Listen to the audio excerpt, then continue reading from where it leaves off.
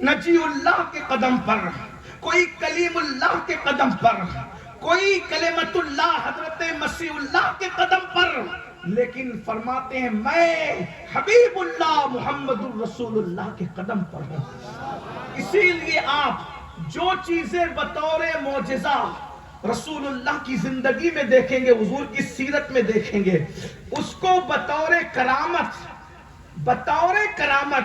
سرکار غوثیت مآب کی زندگی میں آپ کو وہ عکس رسول صلی اللہ علیہ وسلم سایہ مصطفیٰ کی حیثیت سے نظر آئے گی۔ میں آپ کو چند مثالیں دیتا ہوں، وقت ہوتا تو بات تفصیل سے ہوتی، لیکن اشارہ دے کر اپنی بات پوری کرتا ہوں۔ سمجھو غوث پاک کیا۔ کچھ لوگ غوث اعظم کی عظمت کا مذاق اڑاتے ہیں، یاد رکھیں 1 صدی سے حضور کی عظمت کا مذاق اڑاتے رہے، اور اب جبکہ دنیا نے پلٹا کھایا اور دنیا کی بہت ساری حکومتیں اب وہابیت کی طرف سے کچھ منہ پھیرنے لگی، تو عظمت رسالت کے بعد اب دوسرے لوگ بھی کرنے لگے، لیکن بہرحال وہ کہیں نہ کہیں حضور غوث پاک کی کرامتوں کا مذاق اڑاتے، کہتے یہ تو کرامتیں کہانیاں ہیں۔ ہم نے کہا یہ کہانیاں نہیں ہے، اصل بات یہ ہے کہ قرآن خود بنیادیں فراہم کرتا ہے کہ کرامتوں کا وجود ہے۔ میں صرف ایک مثال دیتا ہوں، پھر بات آگے بڑھاتا ہوں تاکہ بات آپ کو سمجھ میں آئے۔ کون نہیں جانتا سورۃ النمل کے حوالے سے کہ جب تخت بلقیس منگانے کی بات آئی تو حضرت سلیمان علیہ السلام نے اپنی محفل میں کہا بلقیس کا تخت کون لائے گا؟ جو جانتا ہے وہ جانتا ہے، جو نہیں جانتا وہ کان کھول کے سن لیں۔ کرامتوں کی بنیاد قرآن فراہم کرتا ہے، اور ہمارا عقیدہ ہے قرآن ہر چیز کی بنیاد فراہم کرتا ہے۔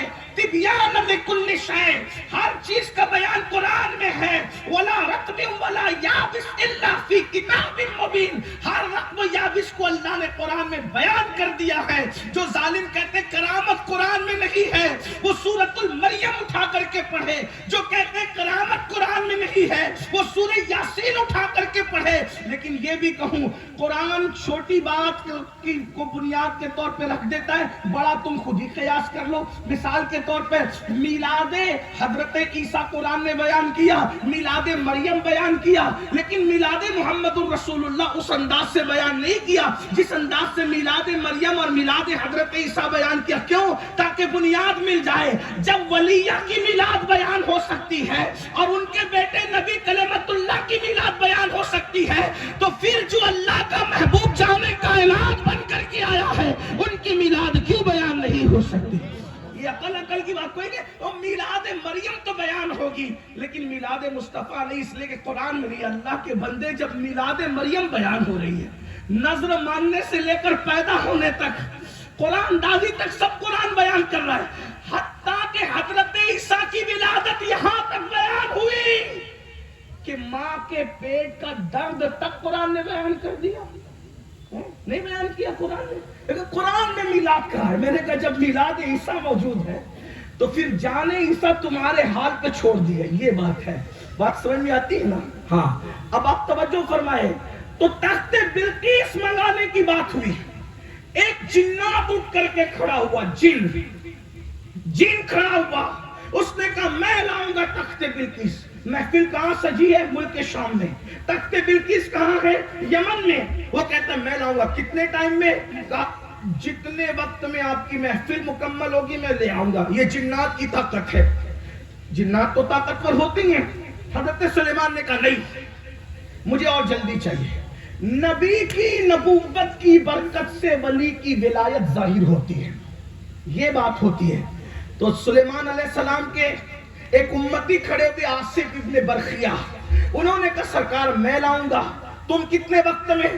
جنات اپنی طاقت سے آدھے دن میں لانے کی بات کر رہا ہے، اور حضرت آصف جو ولی ہیں حضرت سلیمان علیہ السلام کی امت کے، وہ امت سلیمان میں جو ولی ہیں وہ کہتے ہیں میں لاؤں گا۔ کتنے وقت میں؟ کہا پلک کے جھپکتے حاصل کر لوں گا، پلک کے جھپکتے لے آؤں گا۔ اب میں آپ سے پوچھنا چاہتا ہوں، قرآن کو مان کر مسلمان ہوئے ہو اور قرآن ہی کو مان کر کوئی مسلمان ہوتا ہے تو بتاؤ آصف بن برقیہ پلک کے جھپکتے تختے بلقیس لا رہے ہیں، لا کر کے دیکھ چکے ہیں، حاضر کر چکے ہیں۔ اللہ اکبر، مجھے بتاؤ جب حضرت سلیمان کی امت کے ولی کی طاقت کا یہ عالم ہے تو جانے سلیمان محمد الرسول اللہ کے امت کے ولی کی طاقت کا عالم کیا ہوگا؟ اور وہ صرف امتی ہے، اولاد سلیمان نہیں ہے، غوث پاک تو امتی بھی ہے اور نبی کا چہیتا بیٹا بھی ہے۔